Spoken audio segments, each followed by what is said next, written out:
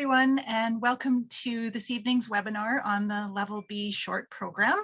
I'd like to introduce Maureen Johnson, who will be taking us through the session this evening, and also special thanks to Sarah Mougeot for helping with the slides. So take it away, Maureen. Thank you, Dana, and thank you, Sarah. So this is the Level B short program that has now been tweaked from the original one. The idea of the short program, of course, began when the junior at WBTF was given a short program to do, and it just felt like a natural progression for our B compulsories to have a B short program. And after presenting it and working with it, and it's had tweaks and it's been modified so that the B compulsory moves start and end as closely to the A short program moves as possible. And that seems to be working out well. So in the C entry level, there's C compulsories and freestyle doesn't apply. Same with the BN. They could do B compulsories, but there's no freestyle for the BNs. BIs will do the set B compulsory moves for BI freestyle. The BAs will do this B short program for BA freestyle, and the As, of course, will do the A short program for the A freestyle. And none of these short programs have connecting moves. It's elements only, but they will be using the music that the men and women use for the A short program. The primary focus of the compulsories is always the body and the baton during the required elements. So that's important. I would suggest that you practice drill the body without the baton and drill the baton elements separately and then put them together, because they're each given equal value in the overall scoring. The elements need to be performed as they're written. They'll all begin with the music on count 1. And there's no required time to finish it. They can have the whole 16 counts if they need it. But the idea is to start the next compulsory move on the next count of 1. So there's 16 counts there. And it's assumed that there will be approximately 8 counts for the element and 8 counts for the connecting moves when they do the connecting moves. So the VA athletes will just finish their element. They can hold for a small pause and then turn and get ready for the next element. And the only timing error that is going to be held against them is if they do not start the element on count 1. So they have to really be familiar with the music. So even starting ahead of count 1 would be a timing error. If there's the men and women, will perform to the same music as the level A short programs. And I should mention as well that the male music, the men's music has always been 2 to 3 seconds faster, but that has been adjusted now. So the actual metronome beat of the men's music and the women's music is the same. So quite often the men's music does sound stronger and faster, but it times out the same. So it is, you can interchange. It is really quite interesting for the girls to do it to the men's music and vice versa, just for variety, because the beat is the same. And again, there's no minimum number of counts. They can finish in 6 counts, and then, which would be faster, of course, than 8 counts, or they could finish in 10 counts. So that's all taken into the proficiency level when they're marked, just as long as they start the next element on count 1. They wear the same bodysuit. The women wear the same bodysuit as the level B compulsories, or a plain black bodysuit, or they can wear the A short program bodysuit. And men can wear black pants, white shirt, black pants, black shirt. And if they had the bodysuit, they could wear black pants with the bodysuit. That would be fine too. So we'll start with the travel complex. There's a little history here as well. Originally, it was a hop, and there was to be no elevation on the hop, but to show a clean position in the air and control the landing.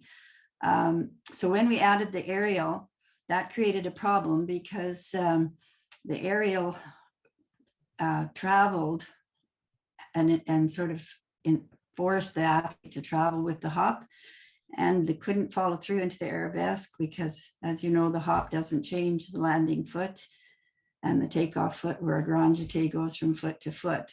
So in working with it, this became a bit of a problem, because did you travel on the hop or not not travel on the toss? So the compromise was to change it to a grand jete with no toss, so we can work on the grand jete for elevation and distance, and finish with the arabesque line. So I'll show you a video of the grand jete without the toss, which is what we have settled on for element number 1.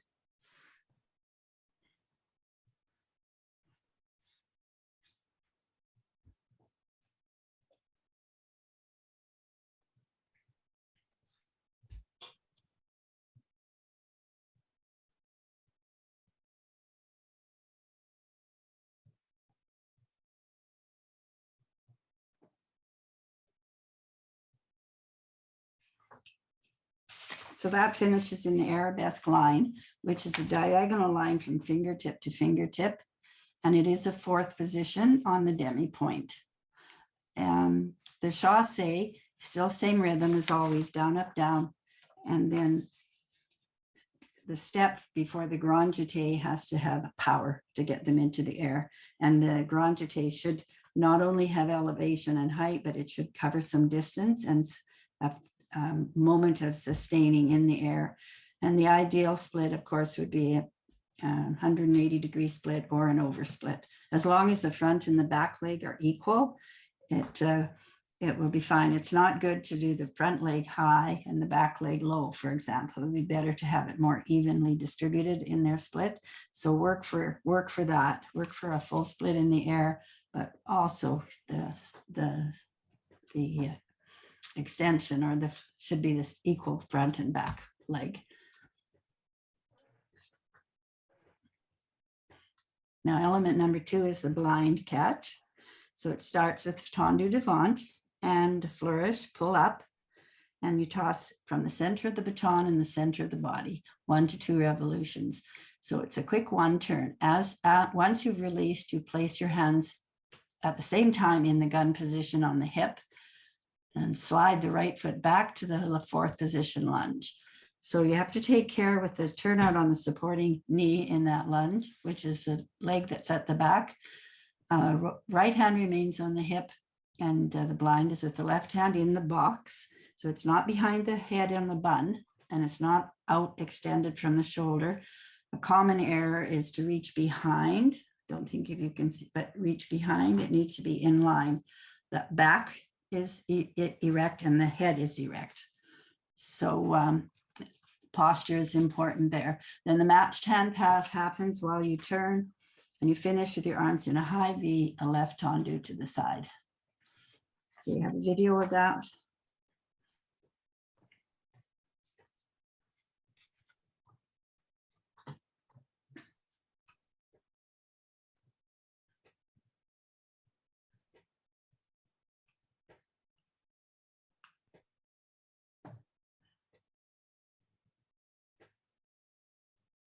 Now you can see there's a slight turn as she's waiting for that toss to come. So that toss was perhaps a little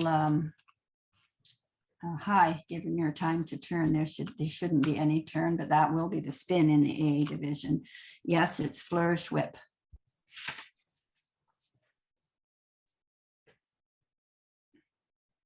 It just says right flourish on the notes, but it's flourish whip.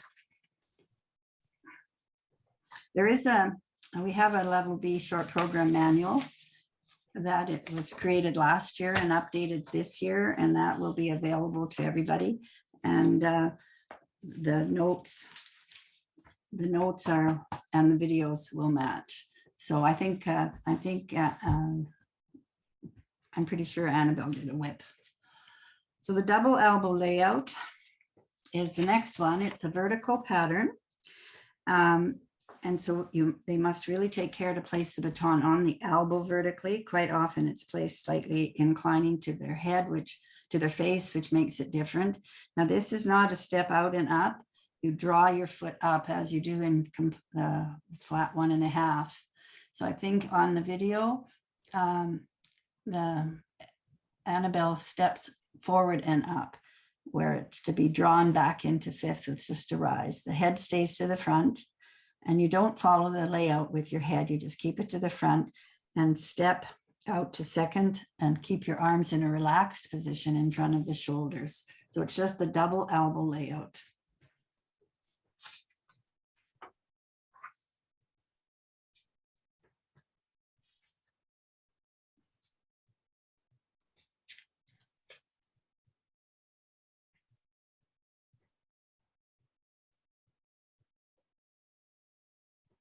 It's been placing on the elbow here to be careful that it's vertical.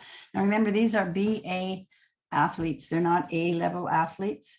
So they might have proficiency weaknesses compared to an A-level athlete. But the blind, for example, you would catch it in the box. You would not catch it out at the side or leaning back. Those are all things to consider. But they're just still in the developmental stage. They're working towards that. So that's the ultimate goal, of course. The back neck roll is the next one. So you face the corner and do the under over, a flat loop and under over. Your footwork must match the position of the baton. So you step in sync with the feet. There's a slight arc, and all the steps during the roll are in releve. And the steps should not be overly long. Use the width of the neck as a bit of a guide. If they can do it with smaller steps, the roll will be faster. And it's exactly half the number of rolls that you would do in A.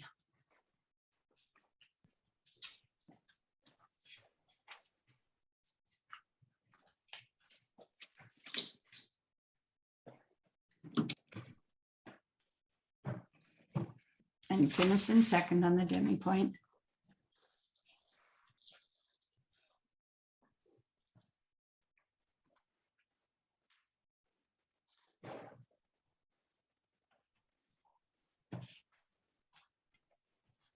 Okay, now the flat back catch. This is based on B compulsory number 15. And the release should be no higher than the shoulder. If you release higher than the shoulder, it's going to go back. If you release behind you, if you've released lower than the shoulder, it's probably going to go forward. And so if it's above the head, they will be able to catch it in the center of their back. Now your hands are on your hips while waiting. And of course, it's the same as the blind. They shouldn't start to turn while they're waiting, but that's a quite common error. And lunge to the back, and your left arm is extended upward in line with your ear and spine. So there's an imaginary straight line from the fingertip to the stretched leg, which is pointing to the front. So it's a straight line there. Quite often you'll see the head down and a break in the spine. And it's not an erect back position. It is a slant. So they must bend forward and make that line, and like a plane, like a level, an angle position. And quite often you'll just see them with a straight back in a lunge, and the arm not in line with their ear and spine. So that is something to work for, again, without the baton for a while. Then you step to the left, you step left, turning to face the front, and your arms finish in the high V.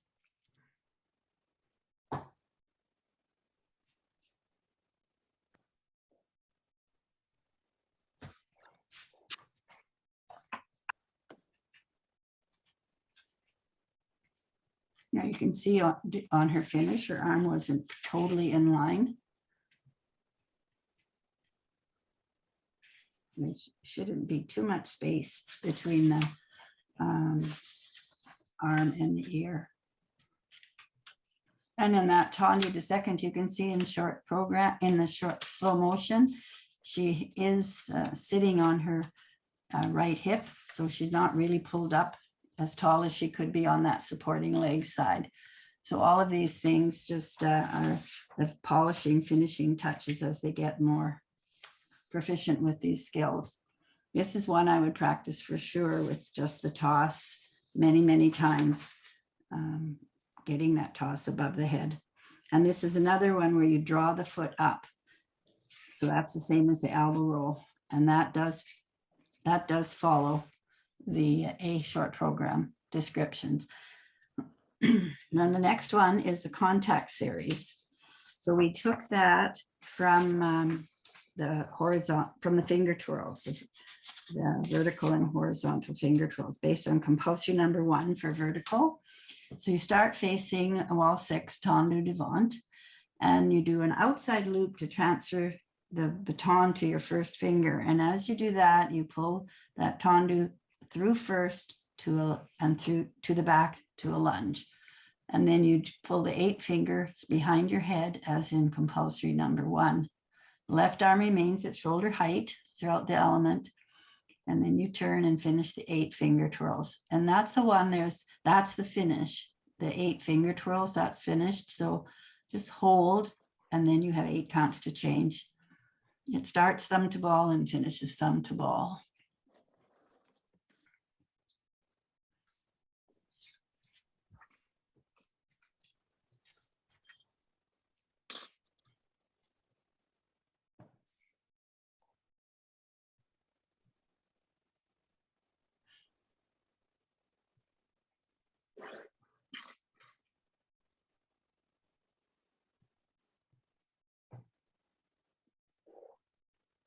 So we pass through first with the feet, with the weight equal and the feet on the floor, and then slide it back into a lunge, which is very similar to the footwork in 6A A short program. The only difference is there is a rise in first before the lunge in the A, and in the B, it's just pass through first and slide into the lunge with the, to be ready to pull the fingers behind your head. Then you have 8 counts to get ready for the horizontal section. And it's based on the level B compulsory number 4. So the start position is left hand, thumb to ball, and it's behind your back. So you match hand pass in front, and then step to the side with the horizontal figure 8 and the 8 finger twirls. So the toe is touching the floor, the right heel is lifted, and that knee is straight forward, not diagonally turned into the supporting line like a rocket position. It's not a dance position at all. It's very straightforward. So they have to be lifted on the supporting side.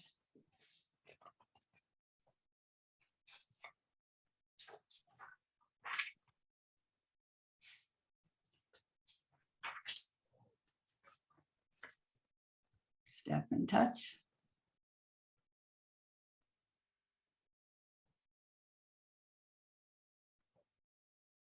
And that's the 8 finger above.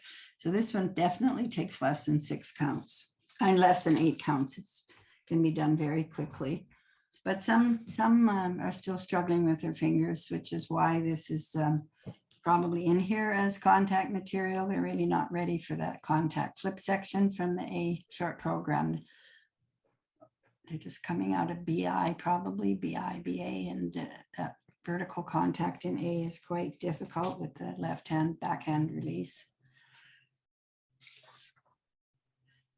Now in this for stationary complex, we have the illusion with no toss, and it's a reverse illusion on either side. Annabelle shows it with the reverse illusion to the right. So your arms start in a low V, and then it's whip flourish, extending your arm, and step forward on the whip flourish, and then the reverse illusion.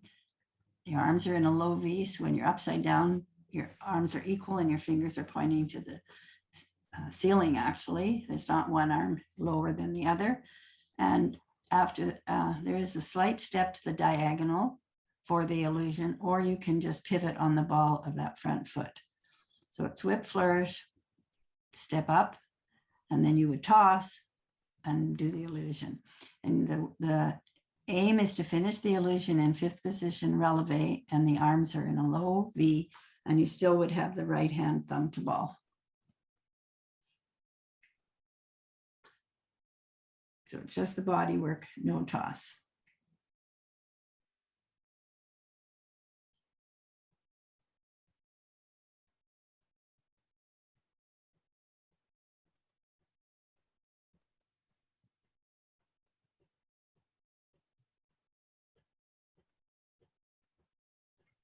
So in that releve to fifth, the feet shouldn't be overcrossed. So you see space between their feet.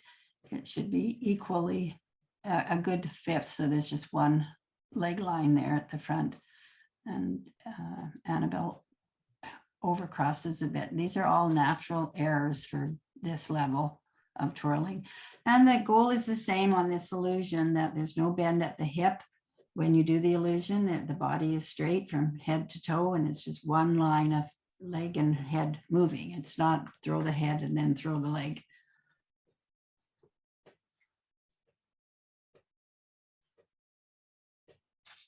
And the last element is the one spin instead of a two spin. This one is based on our B compulsory number 9.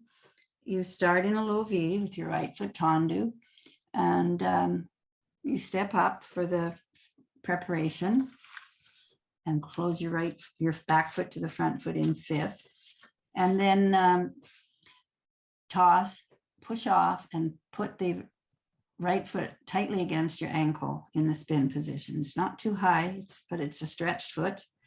And then once you finish the one turn, which would be right at the front, there's a slight step forward for the lunge, and you slide the left foot back. Quite often that step starts before they're at the front. Even with the one turn, they are too early, so you get a little bit of a rond de jambe action while the foot is sliding back. So work to be right to the front and steps forward, and the foot slides back and stays in line with your hip. And you catch palm up with your right arm out. Now the exit, you follow through, you spin on the left, your arms are in a V, and you end, step onto the right foot into tendu, and your arms are in a low V. So it's very similar to the A short program.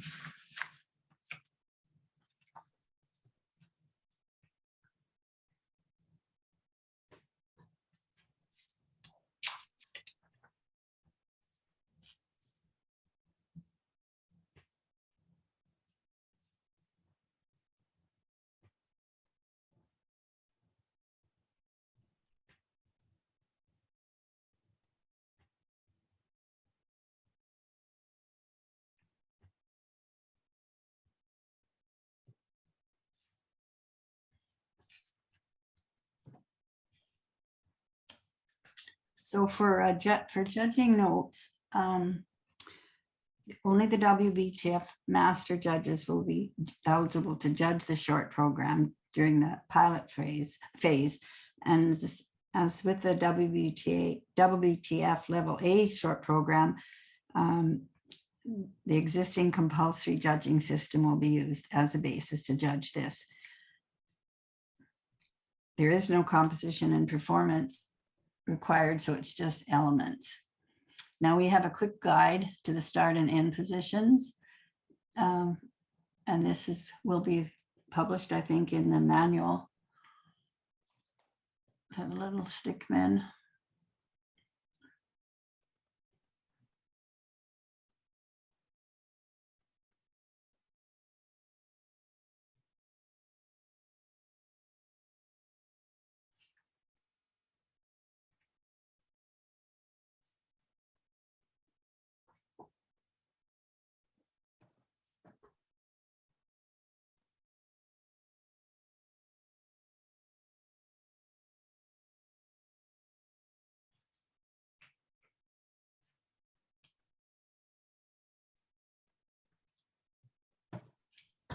So I think this little PDF of the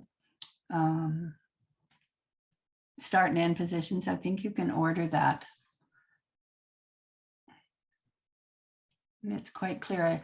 I like the little stickman.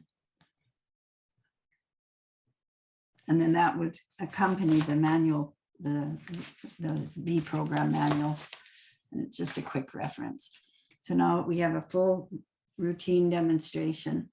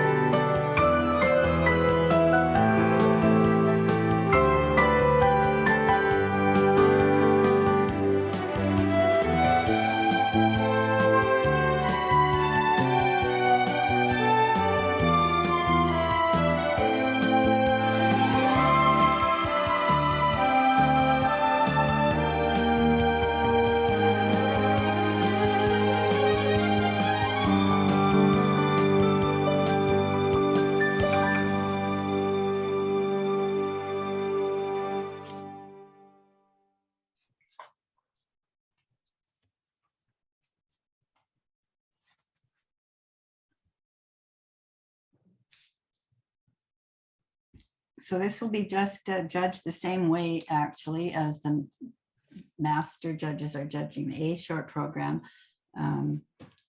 Errors will it'll be a build-up process, and the proficiency will be what dictates the score. And here are some common deductions. If it's the wrong element, for example, you would score 0. Drop on the entrance, it's 0.5. If you drop on the nucleus, for example, it's 2 point. These are all the same as the A short program. Dropping on the exit, it's 0.5. If you spin the wrong direction or do the wrong element, it's a 0. And if you leave out spins, if you do I don't know how you could do a half spin because this is from the A short program, but if they don't do the spin, it would be deduct 2. They add spins, you deduct 1. Now, I don't think anybody's going to do a 2 spin instead of a 1 spin in the B short program, but these are the actual deductions that are established for the A short program. So we could possibly, might be a good idea to modify this chart as well for B short program because some of it doesn't apply. Some of it does, so most of it does. If you omit fingers, you deduct 2. If you add fingers, you deduct 1. So for example, if they did the 8 finger and didn't do it, they just did a flourish and held, that would be that deduction. And then on the required elements, the judge is only to judge to the point at which the athlete has completed the element and consider the violations and errors the same as you would in compulsories.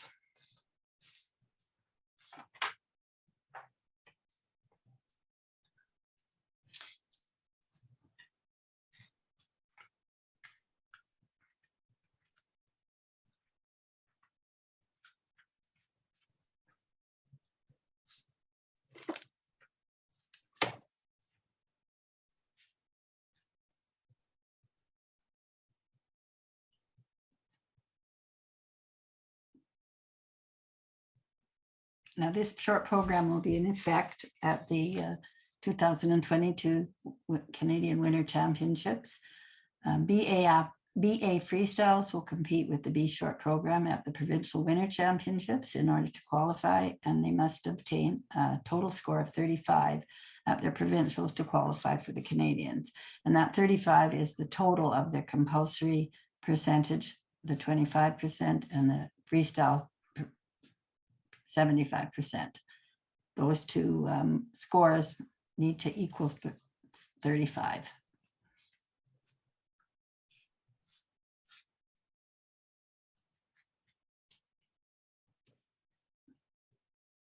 So cbtf.ca will have the B short program reference manual, the B short program start and end position, and you can always email me with specific questions and I'll do my best to answer them. In the contact material series, there's a 6A and a 6B, as you saw, and they will each be judged separately, and then that score will be averaged for one score for 6A and B combined.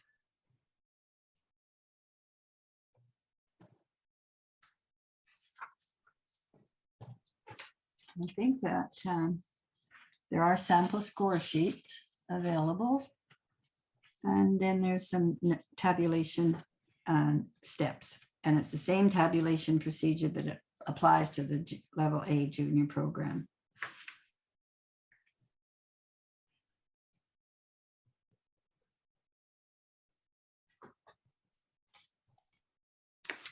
Maureen, there's a few questions in the chat. Yes, okay. So the first one I see, Natalie asks, does the element judge also look for the count 1 penalty, or is there a penalty judge? You could have a penalty judge for that, or the element, the one judge. Yeah, I think it would depend on how many judges you are available. Like locally, it probably be fewer than nationally, but there could be a penalty judge just for that count 1, and that would help, I think, just so there's no confusion. And then you'd have, but you have, it's just as fast as Rich short program to judge. You have that 8 counts in between. So I would recommend, I think, having a separate penalty judge, but that totally depends on how many master judges you have at your disposal, especially for provincials. Deirdre asks to clarify the free hand is in second for the 8 fingers. I think she's referring to the horizontal contact. Yes, it is. On one of them, I think No. Annabelle's arm was a little I high. was referring to the vertical, sorry. Yeah, I think on the So both of them had their arm, the free arm out then. yes, and I think her arm Okay. was a little higher than shoulder level. Okay, And that arm really shouldn't move, right? Like it shouldn't lift up or down. It's proficiency. On one of her demonstrations, it was better than another, but that is just a little bit angling up. It's not too bad, but it's not perfectly straight out from her shoulder. Okay, Andrea asks, can we get the chart for this weekend? I don't know. Which I don't know weekend, about this Andrea?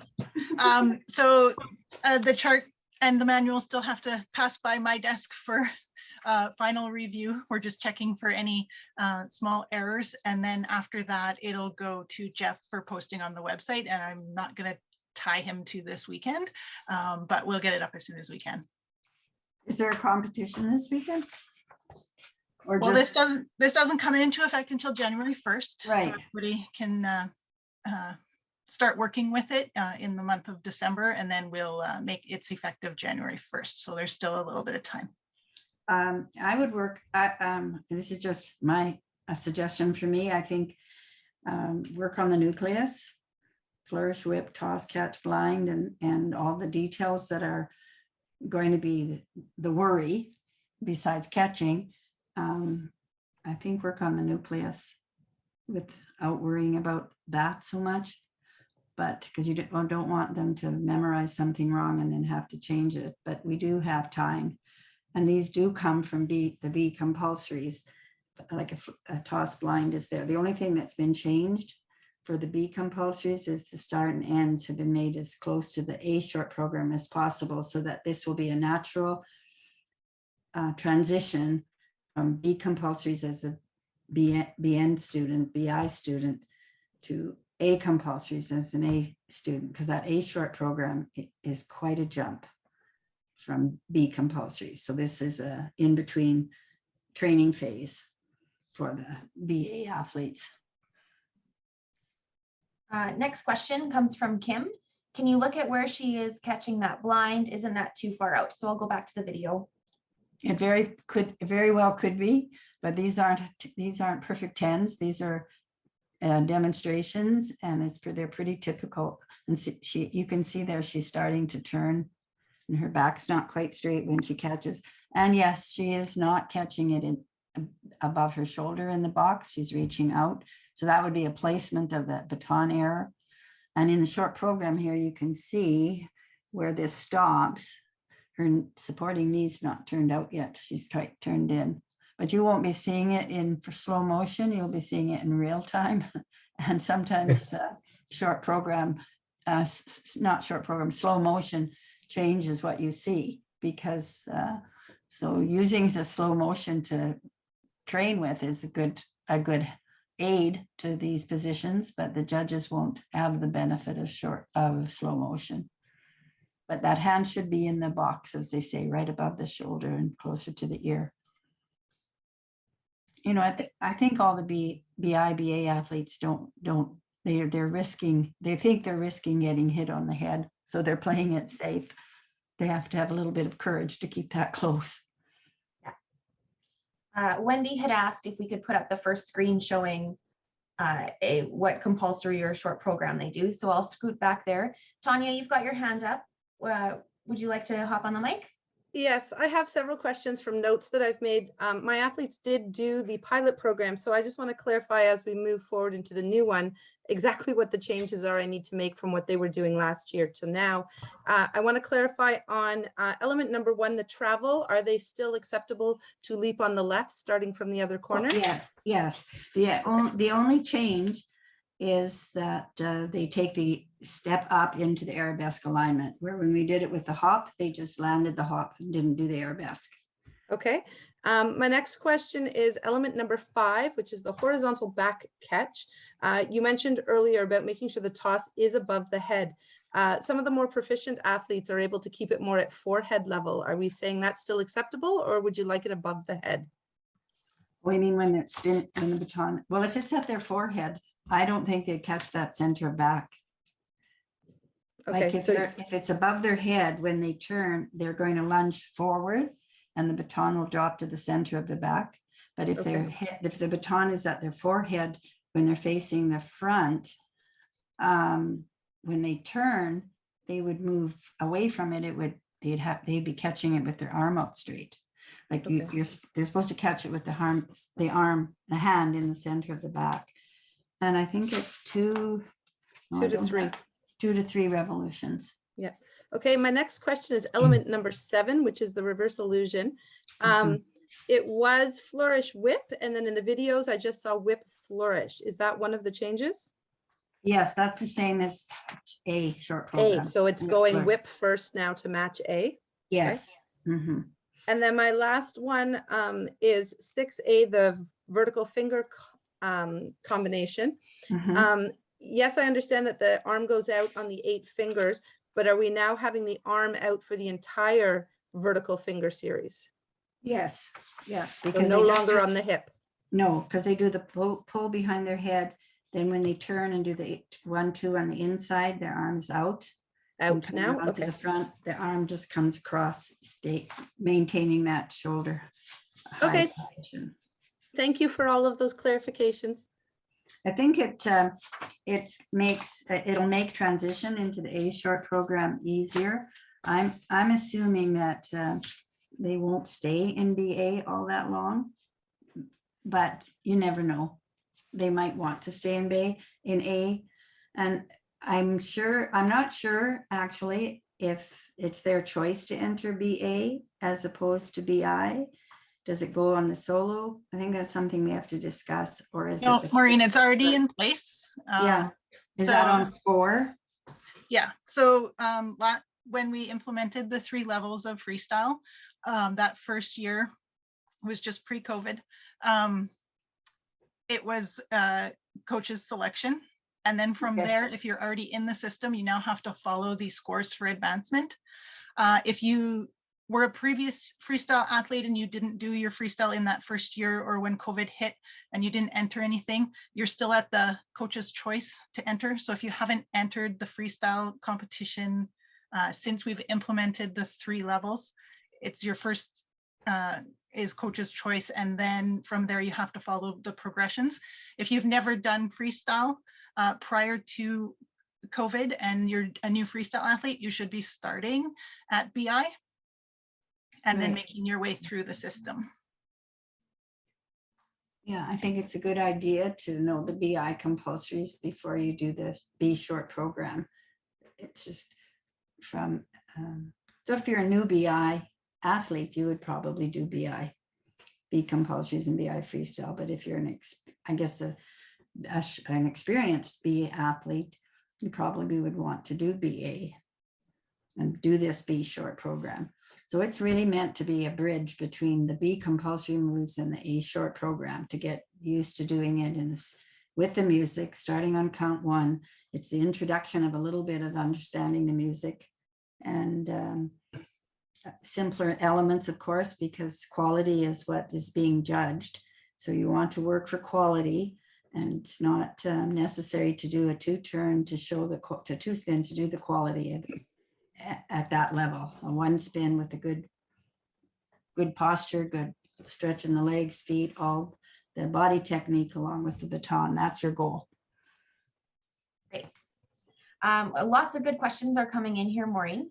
Another one from Kim. She asks, all provinces are doing the B short program for the BA athletes in their freestyle competitions this year, correct? I think there's, yes, I think they're supposed to.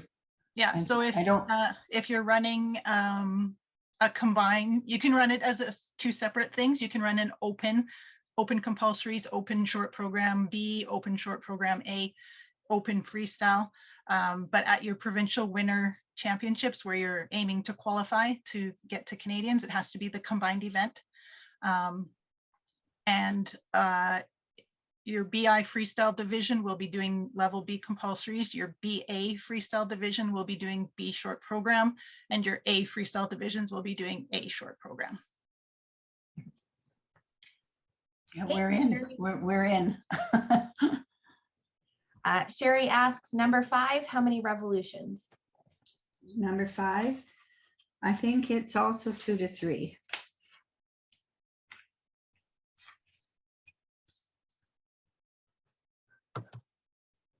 But if it is going to be just, I think if it is 3 revolutions, you don't want to have it high and slow.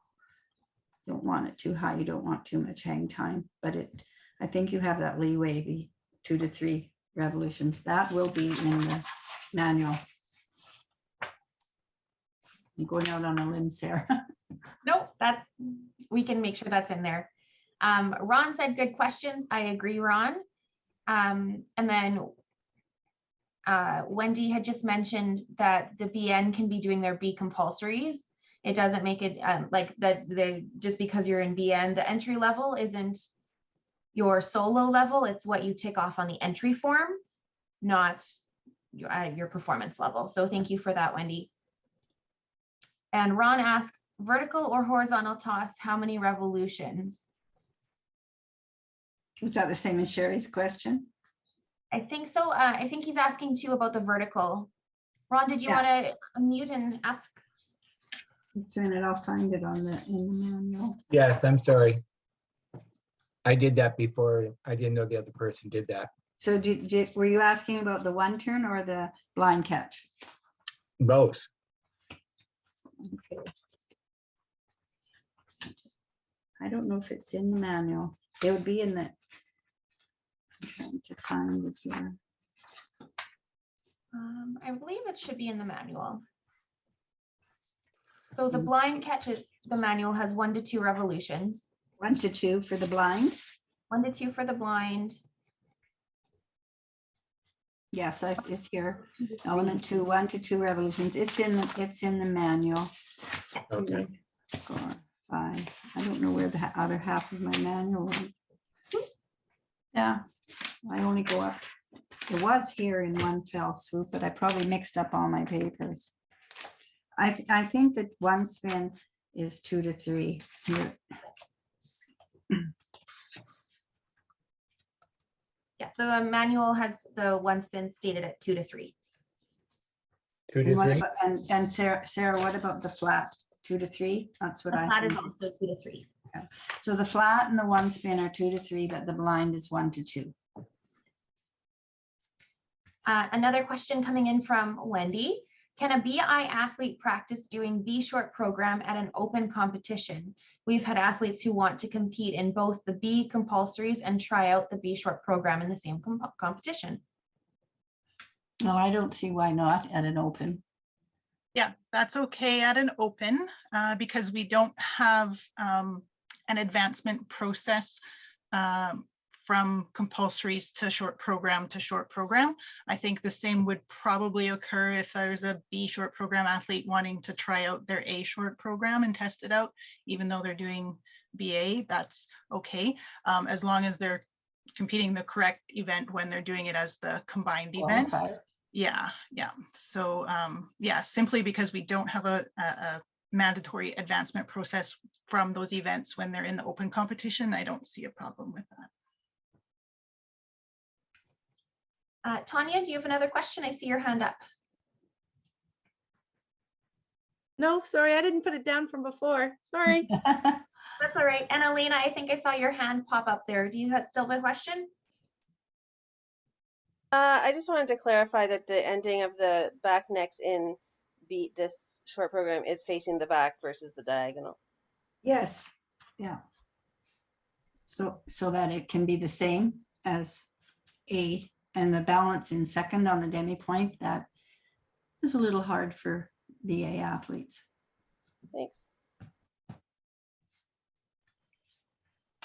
What I'm actually hoping is the end result of doing the B short program is that we will end up with more proficient level A short program in the junior division, because right now they're it's a little bit on the weak side. So if this strengthens them going into A, then that to me will be a successful outcome of doing this pilot, giving them a stepping stone.